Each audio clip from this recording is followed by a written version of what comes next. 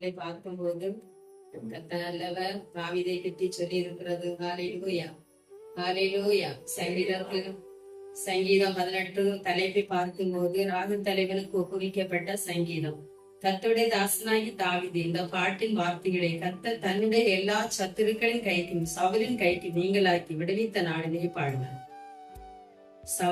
சவலின் கைக்கும் சத்துருக்களின் கைக்கும் நீங்களாக்கி விடுவித்த நாளிலே பாடின பாடல்.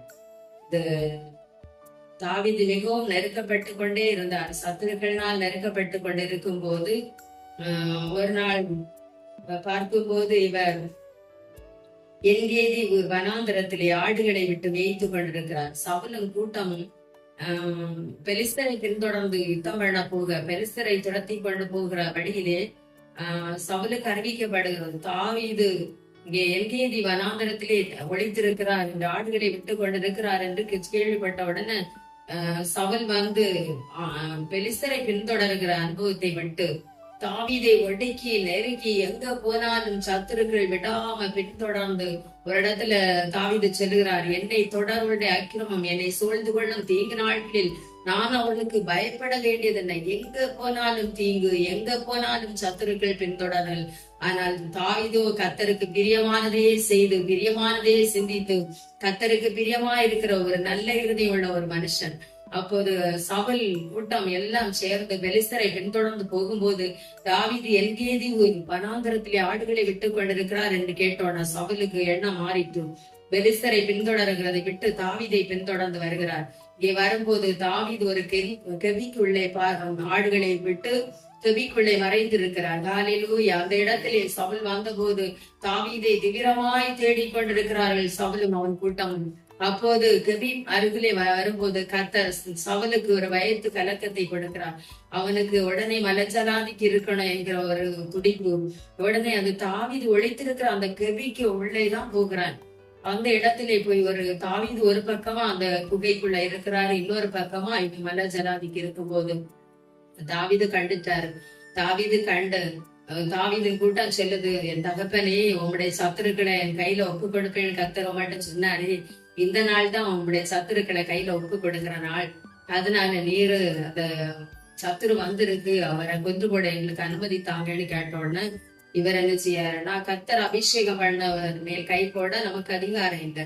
அவர் கர்த்தர் அபிஷேகம் பண்ணினவர், அவரை தொடக்கூடாது, அவருடைய ஆத்மாவுக்கு தீங்கு செய்யக்கூடாதுன்னு அந்த மனுஷரை எல்லாம் தடை பண்ணிக்கிட்டு தாவீது என்ன செய்யாரு, பக்கமா பின்புறமா போய் அவர் மலஜலாதிக்கு இருக்கும்போது அவருடைய வஸ்திரத்தின் தொங்கல்ல கொஞ்சம் வெட்டி எடுத்துட்டாரு. வெட்டி முத்தூர போய் வெட்டி எடுத்துட்டாரு.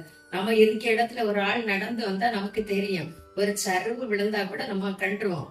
ஆனா சவுலுக்கு அது தெரியாதபடிக்கு கர்த்தர் மறைத்தார் தாவீத.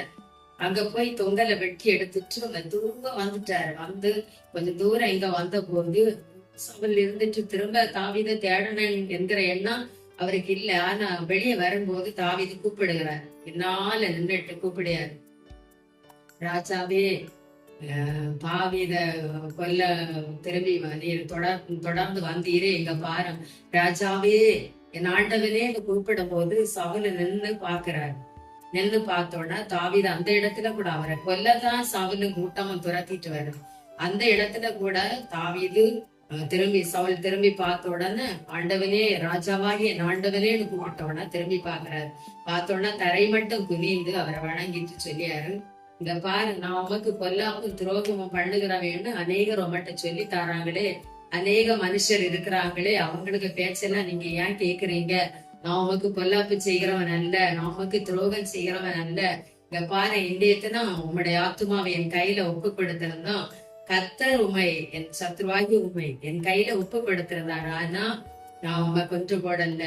இங்க பாரு ராஜாவே உம்முடைய சால்வையின் தொங்கல் என் கையில இருக்குன்னு சொன்னோன்னா சவுல கூப்பிடியாரு, தாவீதே என் குமாரனே, என் தாவீது குமாரனாகிய தாவீதுடைய சத்தம் அல்லவான்னு சொல்லிட்டு சவுல் அடியாரு.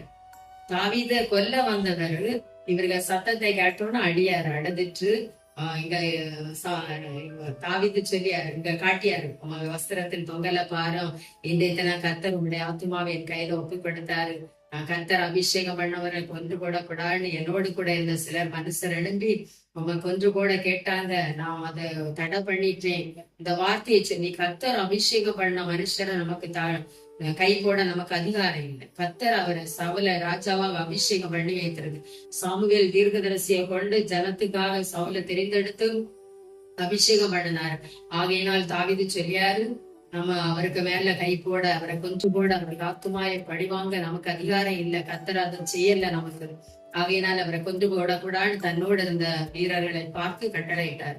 ஆகையினால் இவரை சவுல காப்பாத்தி விட்டாச்சு. அப்ப சவுல் கொஞ்சம் தூரம் போயிட்டு சொல்லியாரு, தாவீதே, நீ நிச்சயமாய் ராஜாவாவாய், நீ ஆளுகைக்கு நிச்சயமாய் வருவாய்.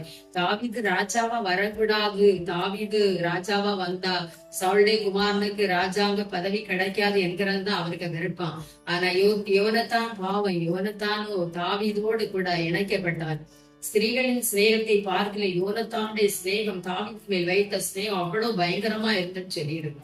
அப்போ அப்படி சிநேகமா இருக்கிறவனுக்கு கூட அந்த ராஜாங்க வேண்டான்னு சொல்லுவேன். யோனத்தான் சொல்லியா, நீங்க ராஜாவா இருந்தா போதும் அப்படின்னு சொல்லிட்டு ஒரு பகுதியில வருது. ஆனா அந்த சவுல் சொல்றாரு, நீ தாவீதே என் குமாரனே, நீ நிச்சயமாய் ஆளுகைக்கு வருவாய், நீ ராஜாவாய் வருவாய். அப்போது ஒரு உடன்படிக்கை பண்றாங்க. நீ ராஜாவாய் வரும்போது என்னுடைய சந்ததியை, என்னுடைய வம்சத்தை வேறு அறுத்து போடுவது இல்லை என்று இன்றைக்கு எனக்கு கர்த்தருக்கு முன் ஆணையிட்டு கொடுன்னு சொல்லியாரு. அந்த சவுல சொன்னோன்னா தாவீது அந்த மாதிரி சொல்லியார், நான் ராஜாவாய் வரும்போது உங்களுடைய வம்சத்தை நான் வேற அறுப்பதில்லை என்று அவை உடன்படிக்கை பண்ணுகிறார். இப்படி எப்பக்கம் போனாலும் சவுல் தாவீது அந்த நல்லதுதான் செய்கிறாரு. சவுலை கொன்று போட ஒரு கொஞ்ச நேரம் தான் ஒரு வீரன் சொன்னா போதும் சவுலை கொன்று போட்டிருக்கலாம். ஆனா அப்படி செய்யவே இல்லை. கர்த்தருக்கு பயந்து கர்த்தருடைய வார்த்தை கனம்படி நடக்கிறதான ஒரு தாவீது. அந்த தாவீது தான் சொல்கிறார். இங்க பார்க்கும்போது ஜல பிரபாகத்தில் இருக்கிற அவர் உயரத்திலிருந்து, சங்கீதம் 18:16 பார்க்கும்போது, உயரத்திலிருந்து அவர் கை நீட்டி என்னை பிடித்து ஜல பிரபாகத்தில் இருக்கிற என்னை தூக்கி விட்டார். ஜல பிரபாகம்னா நம்ம காண்கிற தண்ணி அல்ல, அவர் சொல்லுகிறார். அவருடைய வாழ்க்கையிலே ஜல பிரபாகம் போன்ற போராட்டங்கள், உபத்திரவங்கள், மரணத்தின் வியாகுலங்கள், எப்பக்கத்துல பார்த்தாலும் நெருக்கங்கள், பின்தொடர்கிற சத்துருக்கள், வனாந்தரத்துல ஆடுகளை இருக்கும் போது அங்க சத்துரு, கரடி வருது, சிங்கம் வருது, பலவிதமான மனிதர்கள் வராங்க. அப்படிப்பட்ட நெருக்கடிகள், போராட்டங்கள் சூழ்ந்திருக்கிற வேலையைத்தான் சொல்லுகிறார். ஜல பிரவாகம், மரண கட்டுகள் என்னை சூழ்ந்து கொண்டது, துர்ச்சன பிரவாகம் என்னை சூழ்ந்து கொண்டது, எனக்கு ஆபத்து உண்டானது. அந்த வேலையெல்லாம் நான் கர்த்தரை நோக்கி கூப்பிட்டேன். கர்த்தரனை விடுதலை பண்ணார். உயரத்திலிருந்து அவர் கை நீட்டி என்னை பிடித்து ஜல பிரபாகத்திலிருந்து என்னை தூக்கி விட்டார். கையை நீட்டி மரண வேளையிலே, துன்ப வேளையிலே, உபத்திர வேளையிலே, ஆபத்து வேளையிலே உயரத்திலிருந்து கர்த்தர் தாவீதுடைய கரத்தை பிடித்து தூக்கி விடுகிறார். சவுல் தாவீதை கொல்ல கொஞ்சம் தான் இருக்கு. அதை ஒரே கவிக்குள்ளே போயிருக்கிறாங்க. அங்க வீரர்கள் வந்திருந்தா தாவீது இருந்ததை கண்டிருப்பாங்க. ஆனா அங்க வர கர்த்தர் அனுமதிக்க இல்லை. கர்த்தர் தாவீதோடு கூட இருந்தார். தாவீது போன இடத்துலாம் கர்த்தர் அவனை காப்பாற்றினார். அந்த பகுதியில தான் இவர் இந்த சங்கீதத்தை பாடுகிறார். தாவீது தன் சத்துருக்களின் கைகளிலும் சவுளுடைய கையிலிருந்தும் விடுதலையாக்கப்பட்ட போது பாடின சங்கீதம்.